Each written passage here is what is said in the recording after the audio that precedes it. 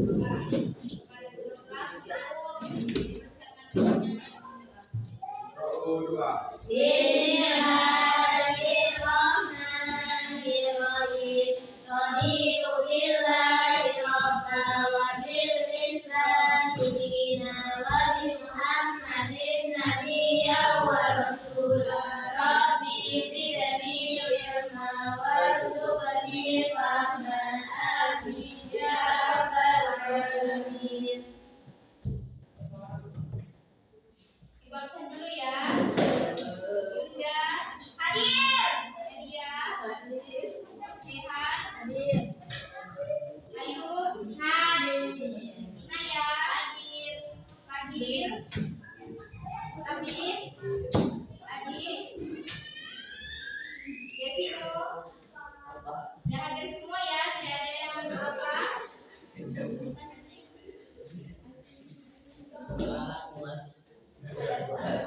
Nah, apa yang pelajaran kita minggu lalu? Wilayah HI. Sudah tahu dengan materi sebelumnya? Sudah. Kita lanjut ke materi berikutnya, yaitu tentang Negara Kesatuan Republik Indonesia.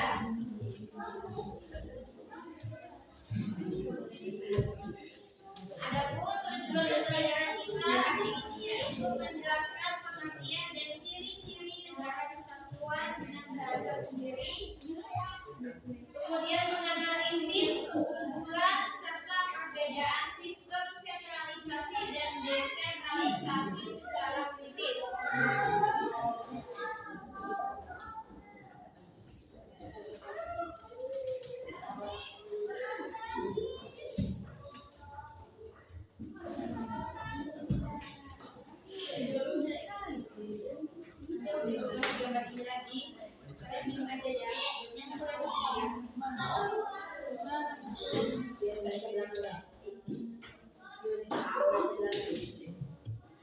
Nah, ini gambar peta Indonesia.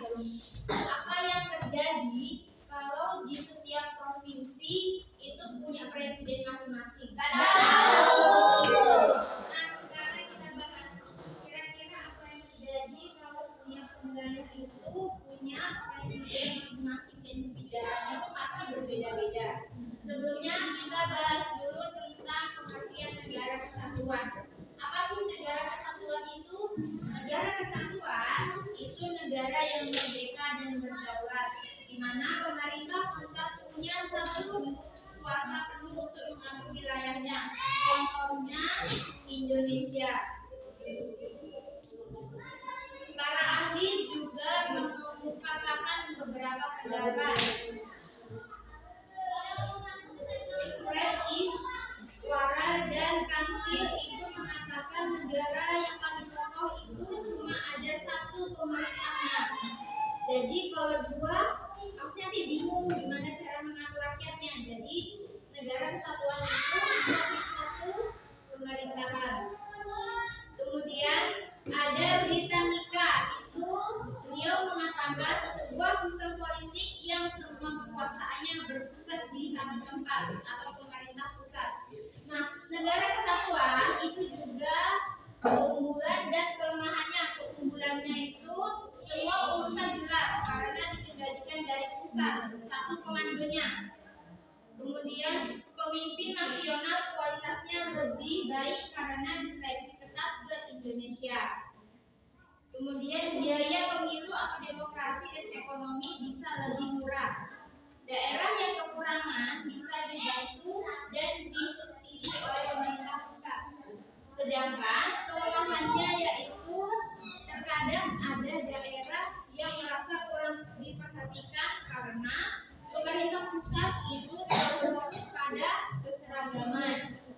Jadi semuanya itu harus sama. Kadang ada daerah yang dari kondisi lingkungannya itu tidak memungkinkan untuk sama, tapi dipaksa untuk sama.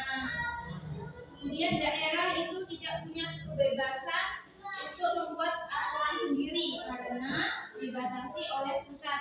Dan kalau salah urus, pembangunannya jadi nggak merata.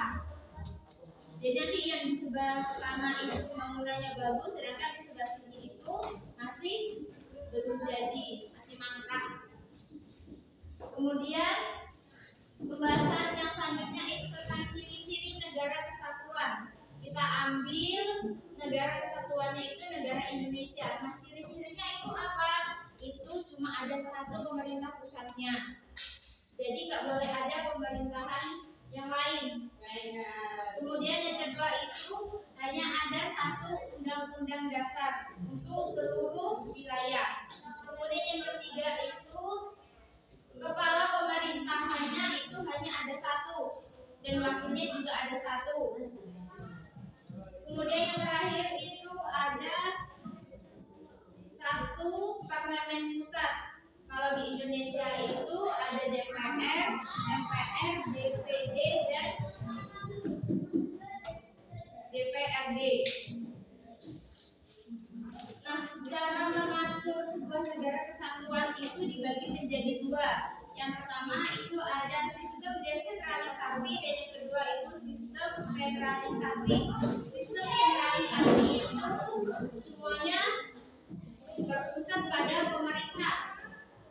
Daerah di setiap daerah itu nggak punya kekuasaan apa-apa untuk membuat sebuah aturan. Tugas sebuah daerah itu hanya mengikuti dan menjalankan perintah atau kebijakan yang berasal dari pemerintah pusat.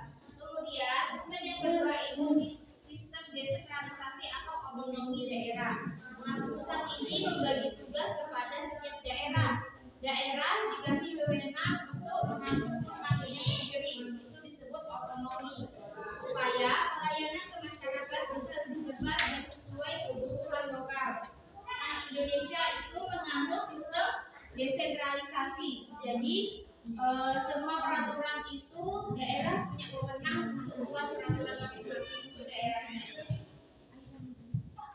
Sampai sini ada yang ingin ditanyakan? Nah, sekarang ibu bagi kelompok. Nanti setiap kelompok itu berjumlah 4 orang.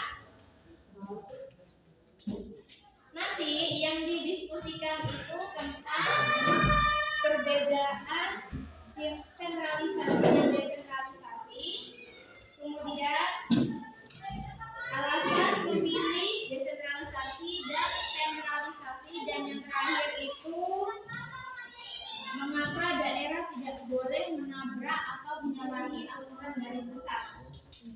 Nah, waktu diskusi Ibu kasih 15 menit, silakan didiskusikan. Nanti yang didiskusikan itu perbedaan sentralisasi dan desentralisasi. Itu kalau sudah dapat perbedaannya, baru kenapa ada sebuah negara yang memilih sentralisasi dan kenapa ada negara yang memilih desentralisasi. Terus yang terakhir itu kenapa aturan sebuah daerah itu tidak boleh menyalahi aturan dari pusat. Kalau sini ada yang ingin ditanyakan? Caranya nanti yang didiskusikan tuh perbedaannya dulu, baru alasannya kenapa memilih itu, kemudian yang terakhir itu kenapa aturan daerah itu tidak boleh menyalahi aturan dari pusat. Ya bisa nanti setiap kelompok itu ada yang maju untuk presentasi ke depan ya. Nah, ada yang ditanyakan? Kalau saya kembalinya ya.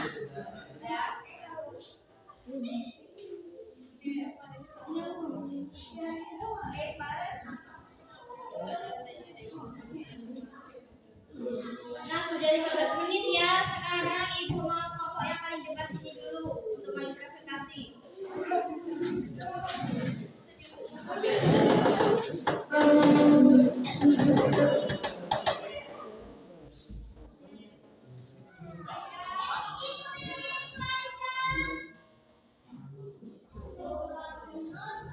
Yang lain diperhatikan, jangan berbicara sendiri dan tidak boleh memotong pembicaraan temannya. Ya, silakan. Kami dari kelompok 1 akan menyampaikan hasil diskusi kami.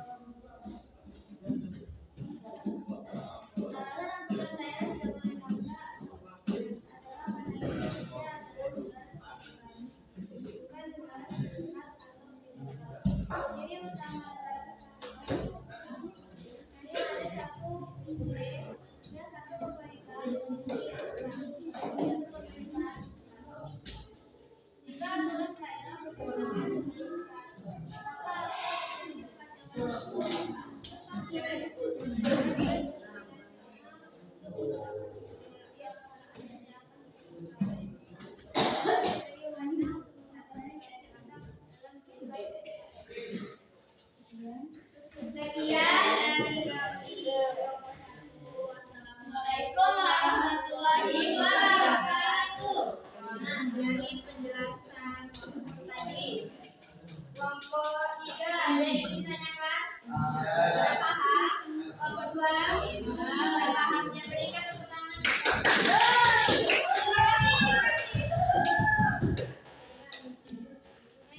Nah, dari materi yang sudah kita bahas tadi, Indonesia itu kira-kira menganut sistem apa? Tidak paksa.